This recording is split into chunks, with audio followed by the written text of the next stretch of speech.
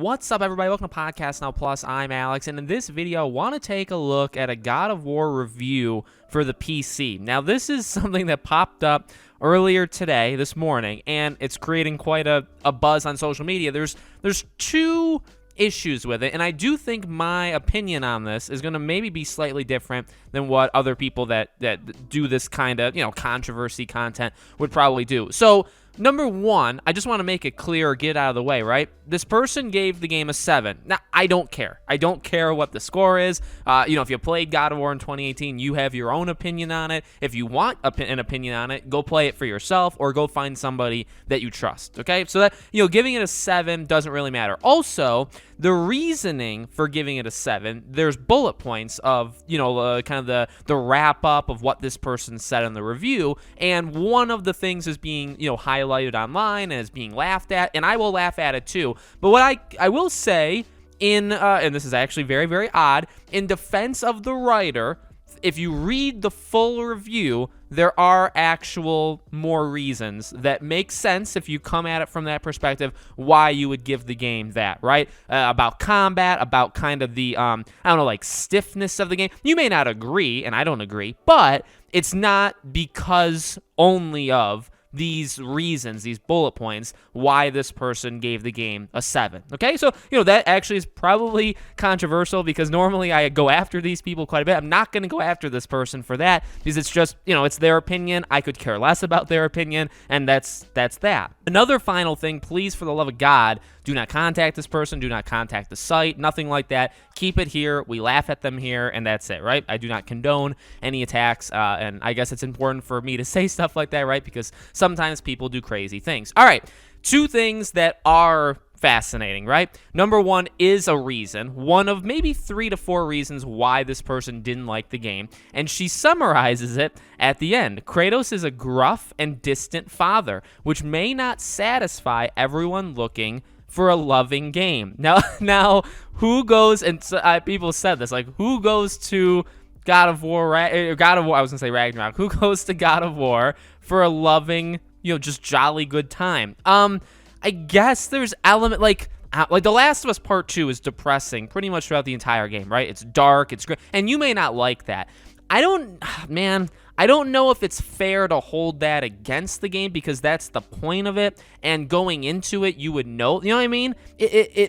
I guess if you really stretch it to that, you can maybe get why she's saying it, but I don't know. And that's an extreme. Like The Last of Us is kind of extreme. The Last of Us is a very depressing and dark and grim game. Like The Last of Us Part 2 is one of very few that is like that. Like, it's just not fun. It's not really fun to play. I mean, it is. Like, the gameplay is really good, at least I think. But, it's not necessarily fun at all throughout the entire game. You're never really having fun because it's just always dark.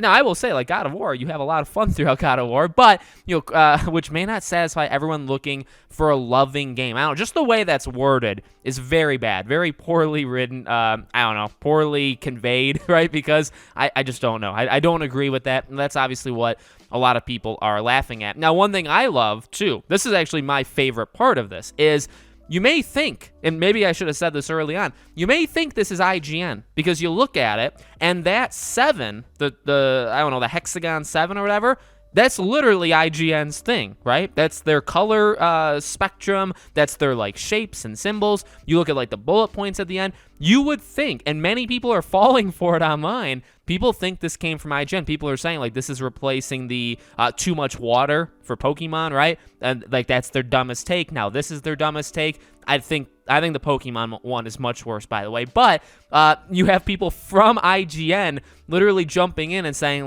this isn't IGN. Where's this from? And it's funny because I love it when... Now, I don't know, this site is very small, at least I think. I've never heard of them before. I'm not even going to say the site out loud, in fact, because I think other people online are trying to hide it as well. So let's just not say where it's from. But it's a very small site, it seems like, or just not, a site that's, it's not competing with IGN. So I guess it's not the same as, IGN versus Kotaku. Like, if the gaming sites or people that work for these gaming sites attack each other, I love it, because I love when bad people just attack themselves, or when like this hive mind goes, eats itself alive. That's kind of what I want, and that's what I think is going to happen over the next coming years. But this isn't exactly the same, because it's not like high profile. But what I guess is funny is like this site definitely stole IGN's like I guess graphics, the graphical, I don't even know, like how they would do things, their inspiration, right? So that's pretty darn funny. And if anything, it's even more funny because that kind of sucks, and that's not, I don't condone that. You know what I mean? I'm not going to say that's a good thing. You shouldn't steal from other people. So, that's bad. B, you have IGN now going after them because it's like, hey, you kind of stole or you were inspired by quote unquote, whatever. But then you also have, I guess the cherry on top is people think it's IGN, so people are going after IGN for their horrible takes. And really, let me just say this, okay? They don't deserve the hate for this review because that's not them. But the funny thing is, and the truthful thing is, the fact that people go after IGN, right, and say like, oh, this is up there with like your worst takes of all time, means that there's already like a group of data points that they can go to say, yeah, IGN sucks. You know what I mean? So it's like, yeah, IGN has said some and this would be the same thing for GameSpot and Polygon and Kotaku. Like, they're all the same, right? It's like, you're so bad that when you see something, even though it's not from you, now, yes, it does look like you, but it actually does look a little bit different. The review number is the closest thing that resembles IGN. So, like, you see that, and you say, yeah, it looks close enough, and it definitely sounds like something IGN would say. So I'm going to go after IGN. You know what I mean? And that, to me, that's very funny, and it's kind of earned. It's kind of, now again, no threats, no attack, like, funny little banter, I think is fine. I do not condone, going after these people like severely, right? But it's just funny that people are going after IGN. It's like, yeah, you suck. You're awful. You have these takes daily, right? Kotaku, they have them like 5 times daily, and like, you did it to yourself. If you were known for like good things and like not bad takes, people wouldn't just assume that this was just another one of them. Does that make sense? So I think, if anything, it should be to some of these people a wake-up call where it's like, yeah, maybe they're coming after us in a way because, like, we do this stuff all the time,